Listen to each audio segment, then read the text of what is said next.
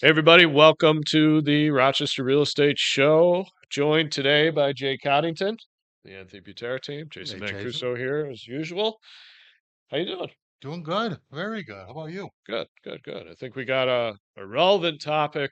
Some may say unfortunately, but I think we do this pretty much every spring, summer selling season in terms of, hey, guess what? The market's still extremely competitive. And as a buyer, you're going to want to know how to compete. Yeah, 100%. Especially if you're looking at kind of like some of the national news, like, you know, San Francisco, Las Vegas, different areas in Florida, like kind of the sexy markets. Yeah. You're seeing that there's a lot more inventory out there. And then you kind of look at Rochester and the old adage that, real estate is local. Yeah. And it's true because there's not a lot of inventory here. No. Kind of what we were talking about this morning. We just got the April sales data in. Mhm. And pretty much, across the board, we're seeing what we have been seeing. List price, or I'm sorry, sale prices are up, inventories down. Um, I think you're seeing a little bit of buyer fatigue in different For areas. sure. But I again, was, until that inventory comes up, it's not going to make that much of a difference with our market. and I think to expand on that, like, you know, I look at data all the time when it comes to markets, and there's been like fears of, okay, is there anything happening on the demand side of the equation Yep. that may cause this market to balance? And I was really curious, or get close to balance, right? Or start trend that way, right? Yep. And I was really curious what the data in April for our local market in Rochester would provide if there was any sign of that. And oh, just same old stuff. Same old. Keep Same the old stuff. train Prices moving ahead. prices up 10% from last year. We're still down in overall inventory, that remains on the market. It just tells you that even if, because there's a lot going on out there, right? And Yeah. just the world, the economy, the affordability topics, the inflation topics, the tariffs, and this, that, just all the noise, right? And all, not even noise, because it does become real life, right? For many. Yeah. 100%. But with all that said, demand still far outpaces supply in our market here locally in Rochester. And it's really important to understand that locally in Rochester, because to your point, like the Floridas and the just other sexy markets, as you put it, like Yeah. have shifted hard in a lot of cases. So the national news headlines And that's what typically most won't be people are accurate. gonna, yeah, and that's what most people are gonna see. They're gonna see those national headlines. There's just not a lot of ton of local news anymore to even start with. But then, yeah, it's the national headlines that are gonna grab those attention. So, Yep. so I think it's important just kind of discuss like, okay, so when we're writing our offers, when we're working with our buyers, when you're out there looking to buy a house, how do you compete? How do you make your offer stand out over other offers? Yeah. The first thing I always try to do is when I'm sitting down with my buyers for the first time, or when we're actually putting our offer in, is I have them kind of take a step back because we're writing great offers. No matter what, pretty much any offer I'm writing is great. The problem is we're going to be competing against other offers. So if you have them kind of take a step back and say, okay, put yourself a little bit in the seller's shoe. Let them understand what the sellers are actually looking at when they're looking through these offers. Because, like, right off the bat, one of the things I've gotten a lot is home inspections. Yeah. As agents, we're not here to tell you what you can and can't do. We're here to give you the information, Sure. educate you. Yep. And if we're competing against 10 offers and we have a home inspection in our offer, chances are 8 or 9 of the other offers are not going to have that same contingency in there. Unfortunately. Yeah. But one of the things I get a lot is, well, why are the sellers so greedy? Like, why wouldn't they let us have a home inspection? What are they trying to hide? Yeah. And that's where you have to take that step back. It's a fair question, Yeah, right? it is. It's a very fair question. And then it's our job to be like, well, it's not that they're greedy. It's not that they're trying to hide something. It's again, if they're sitting down and they're looking at all these different offers, Yeah. and one of them has a home inspection in it, They think their house is great. They don't know of any problems with it, but you're still going to have someone go through there and dissect it for 2 hours. And it's one more thing that could cause that contract to not close. And that's going to be, the biggest thing in the seller's mind is how do I get this from accepted offer to Yeah. close? Yeah. And when I love how you put that because when you just sift through all of it, seller's priority is going to be like, okay, I want the best offer possible for me and I want it to close without dying. Yep. And that, any contingency becomes a hurdle to that goal on their end. So I think it's great to relate to put yourself in the seller's shoes type of situation. The other thing to keep in mind with this whole conversation, this is because the sellers have choices, Yes. right? It's different when it's just you as a buyer and your offer in front of the seller and they have nothing else in front of them. They have no activity that they can really be excited about and hope for. Like this isn't the podcast for that situation, Yeah. right? This is the show and the guide for what is playing out in this market still with multiple offers in a week's time because part of that data that you have there is the median days on market is 7 days on the market right now Yep. still, right? And our list to sales price ratio is 120% currently.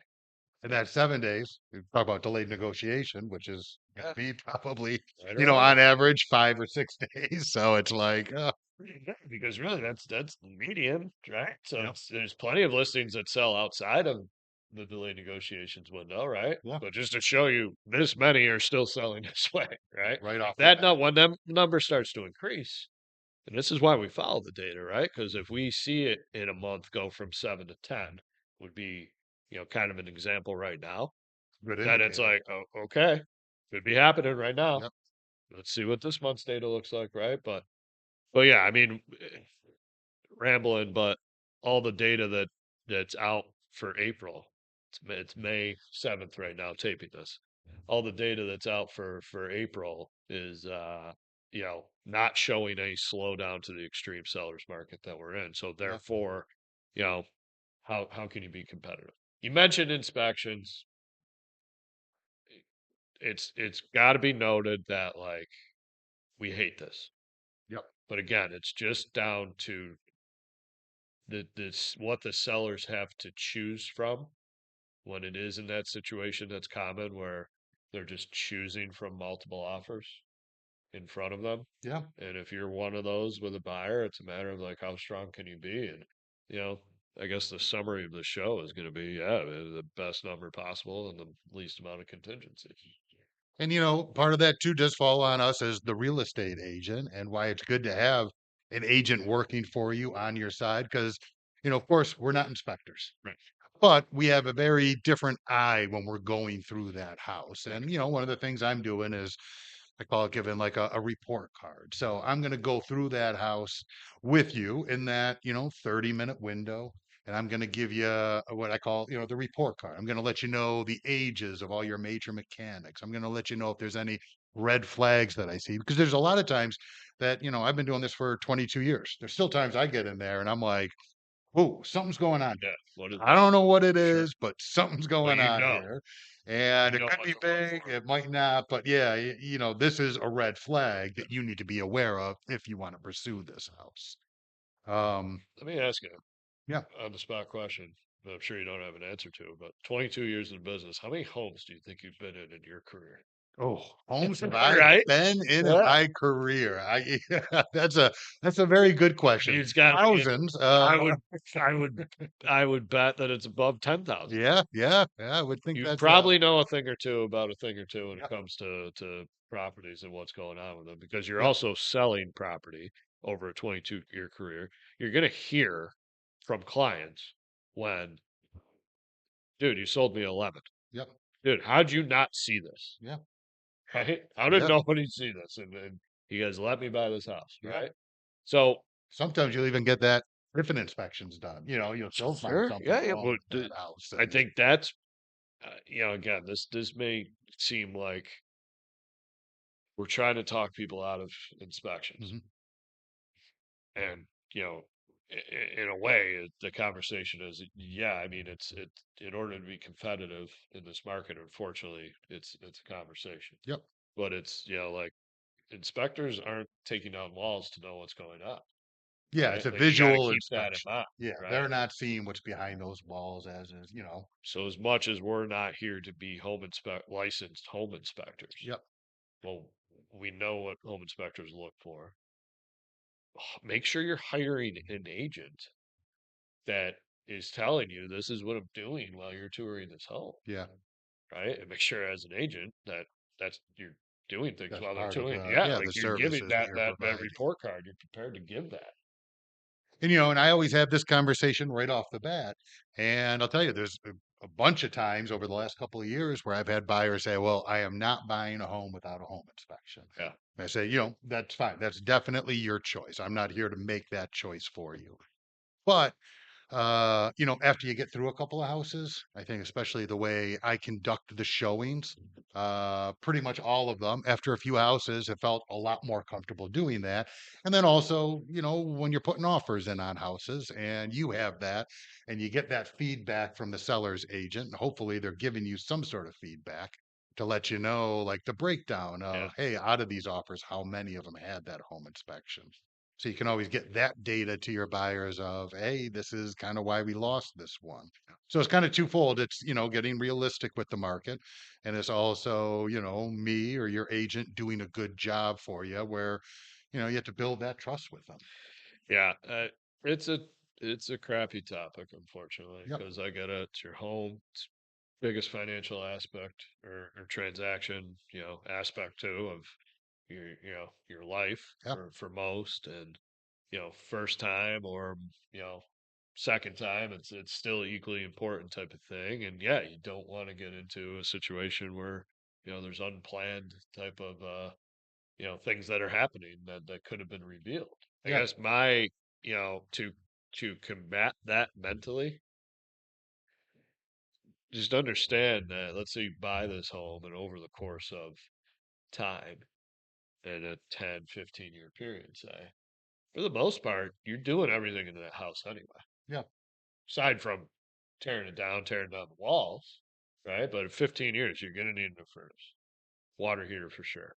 Depending on when the windows were done, Yep. they're either needed to be Replacing done those. or they're going to be on the tail end of the Same life. with that Same roof. thing with the roof, Yep. depending on siding, etc. So it's just in again symptom of the market and how we need to train ourselves to think and act.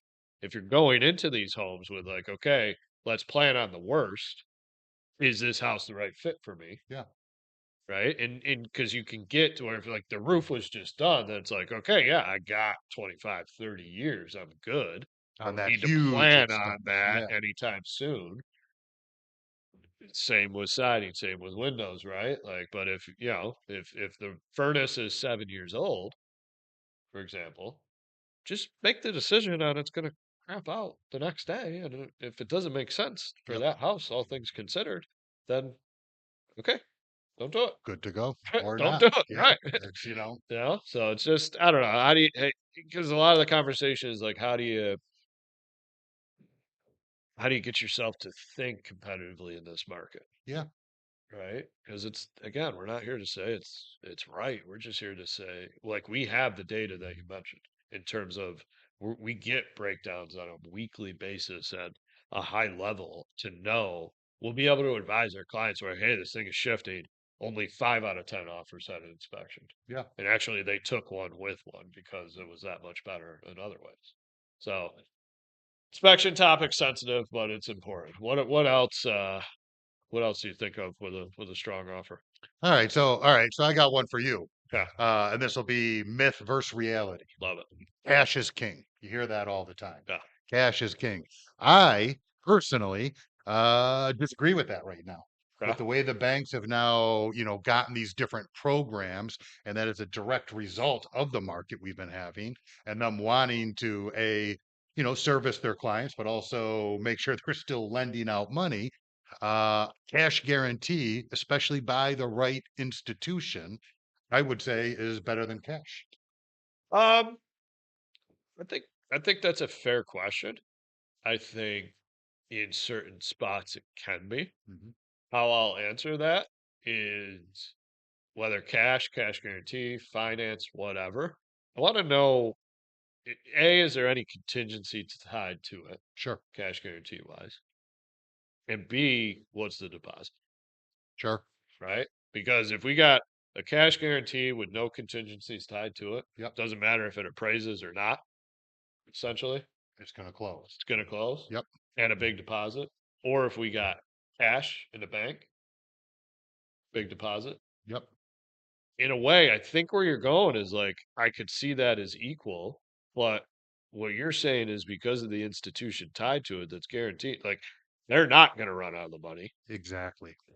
especially in volatile stock market conditions. Yep. That cash could dissipate from a buyer's, account, Yeah.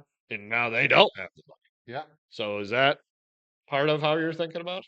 Yeah, definitely. And again, it depends on the program and Yeah. the institution with the cash guarantee because they're not all created equal. Mm, On the flip side of cash is, if you have that big deposit, what you're really holding that buyer to that deal with is that deposit. yeah. But in practice, if that deal falls through and that buyer doesn't need that deposit back anytime soon, Yeah. there is a good chance that they're going to be able to wait it out, depending on the situation with the seller too, Sure. and get their deposit back Yeah. because Yeah. they could stop a seller from actually closing with the new deal.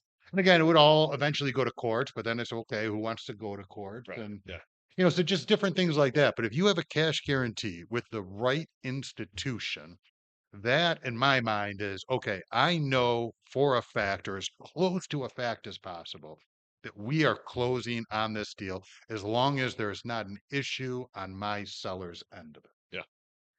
No, I think that just for that to be stated at this point shows you how far that side of Mm, the industry has come, yeah, right? Because essentially, to quickly summarize cash guarantee programs that these institutions and banks and lenders offer is they're stamping their name on it as the lender to say this is closing, this buyer's rock solid, no matter what happens, we'll buy the house if we have to. That's how exactly. strongly we feel that this is going to close.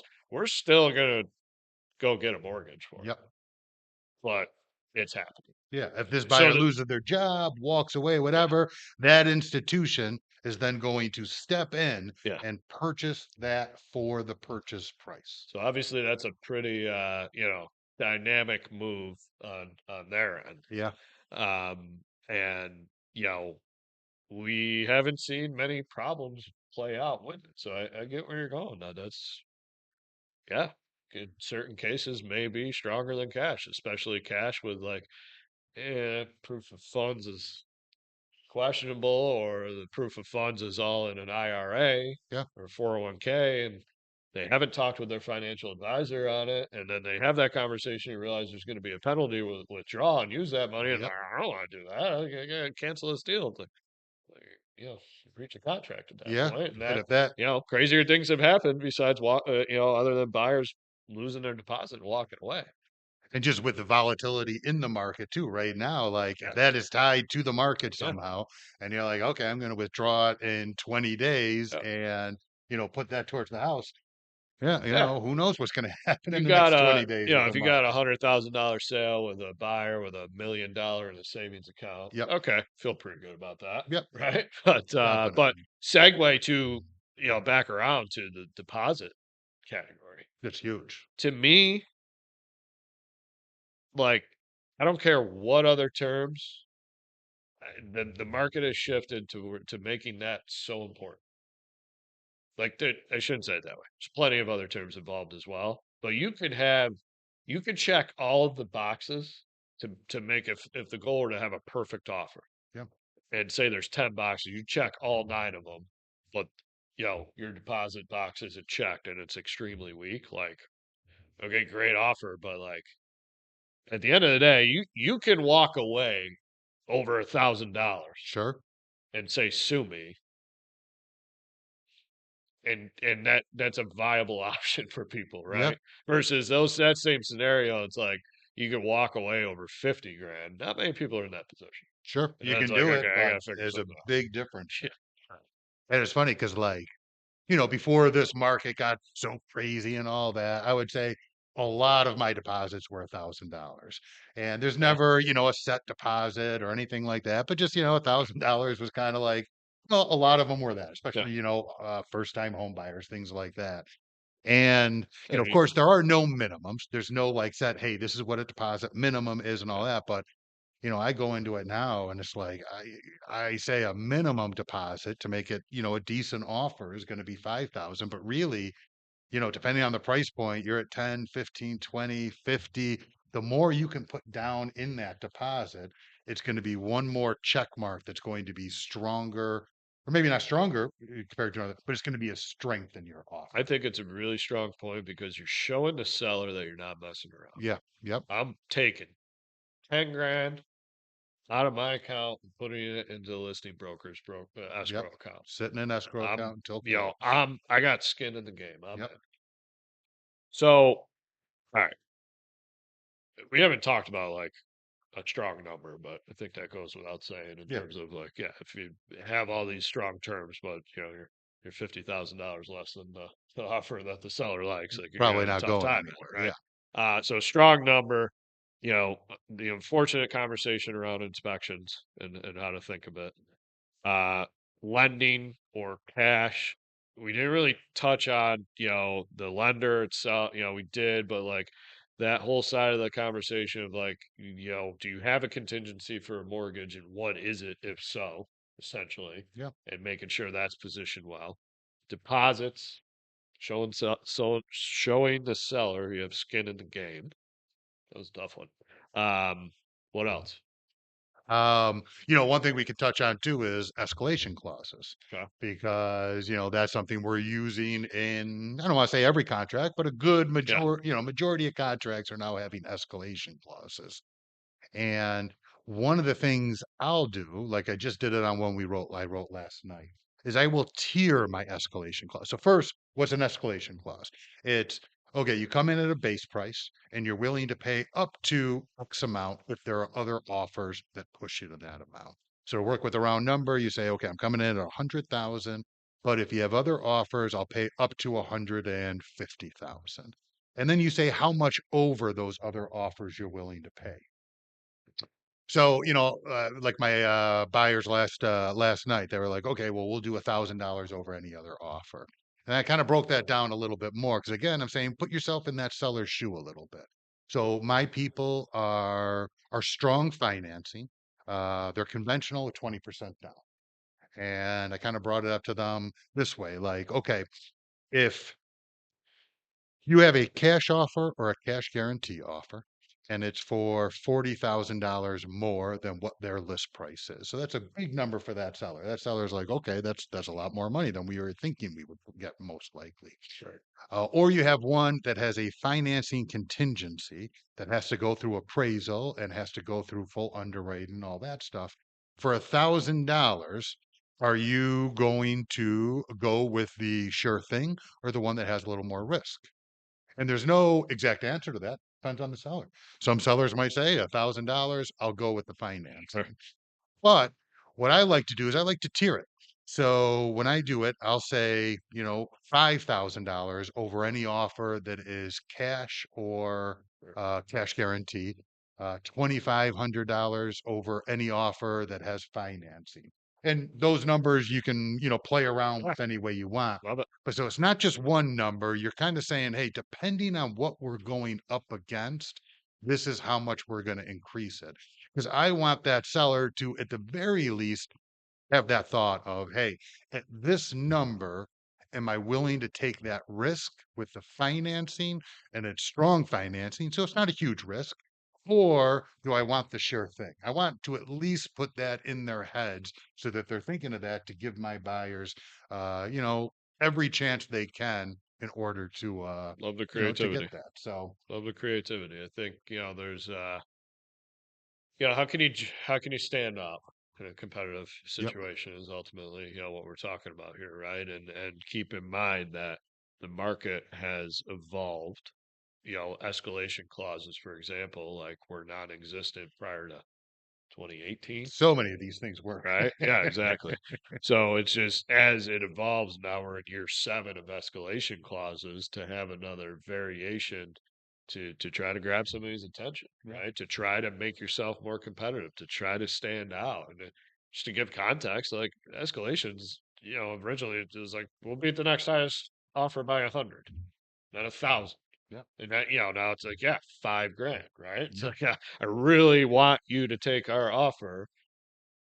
I don't want to just beat the next offer by $1. I want to beat it by $5,000. yeah. Like, hey, how bad do you want this house? And let's go here. That okay, we're coming off as like this is what you got to do, right? Like, and it's because we're talking about your home, Yep. because we're talking about the biggest investment that most are going to make, because we're talking about where you're going to raise your family, right? And due again to the market conditions, we have to have this conversation because otherwise, if we don't, and we don't advise you on what it takes to win, we're not representing you properly.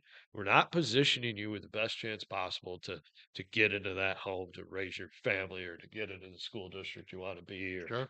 get that kitchen that you want, or whatever the case is, right? To start building your wealth and your net worth and stuff like that. And it's not a sales tactic type of thing. If anything, we're trying to figure out, how to analyze the data to catch the moment.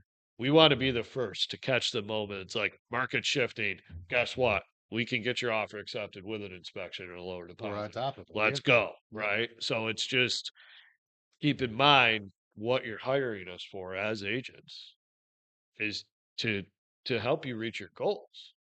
So this advice that's very pointed, very blunt, very like, what the hell? You may be hearing this, right? As Yeah. a Why do I potential have to jump buyer. through all of these Yeah. hoops? Like, what Like, do you mean I what do you can't mean? just negotiate with a seller and sit at the table I and just want to figure buy this a out? house. Hey, I'm good. I want to buy a house. I have an approval from my bank. Like, I just want to not make us. sure the house is in good condition. I Stop. just want to buy it. We hate this. Yep. So it's understand it's because of what's happening in the market Hmm. and sellers have choices. And they're going to choose the best option for them. Yep. You will too when you're a seller. Assuming Exactly. you sell in this type of market, Yeah. you're going to be in the same boat, right? And what I was just getting deep about in a way was like, yeah, in one hand it stinks. It's unfortunate that this has to be the approach. On the other hand, okay, bring emphasis to this is you know essentially what we're advising you to think on, and also it's a massively important aspect of your life, so let's make it count, Yeah. right? It's because we'd rather you not just be out there, kind of having your dreams crushed all the time, Yeah. right? Spending every weekend, looking at It's houses not and us, then it's for you, getting right? bad news on Yeah, Tuesday or exactly. Wednesday. And it Anyway, comes down to, I think it starts with, us meeting and finding out what your goals are, what yeah, your situation is, what you really want to have to come out of this entire process. And then it's making sure you're working with an agent, a team, people that have that in mind and are working with you in order to accomplish those goals. love it, love it. Anything else to add? This was great. Yeah, I This don't think was, so. yeah, again, I think I want to get deep there just to where it's, we're not coming across as tactical monsters. Yeah, It's but it's it's important. an unfortunate but important conversation that we had to have today, and it's 100%. essentially going on year 6 or 7. I mean, we do we were due up for this topic, but it's we've been doing you know you can probably find 4 or 5 similar episodes in the arsenal or in Yeah. the vault here. But when the topic comes of hey, the market's shifting and guess what you can do as a buyer, we're going to be talking about that too. Yep, Guess what you all need to the know advice. as a That's the seller. other thing is all my advice that I'm giving when I'm talking about offer strength and what we have to do, Yeah, it's all based on there's other offers in on that house. we If there's not, that changes everything. All of a exactly. sudden, that buyer has some power, and it kind of reverts back to where we can do some good negotiating Yeah, and add a lot of these things back into those we'd offers. we'd love to be able to have the topic of how to navigate a home inspection as a seller, Yep, right? But not relevant right now, not unfortunately. at the moment. So good stuff. Thank you, Jay. Jay Coddington, Anthony Butera Team, Jason Mancuso here. Check us out, anthonybuterateam.com. The link to the YouTube channel is there, and Spotify, everywhere podcasts are, to check out this episode and others. We'll catch you on the next one. Have a good one.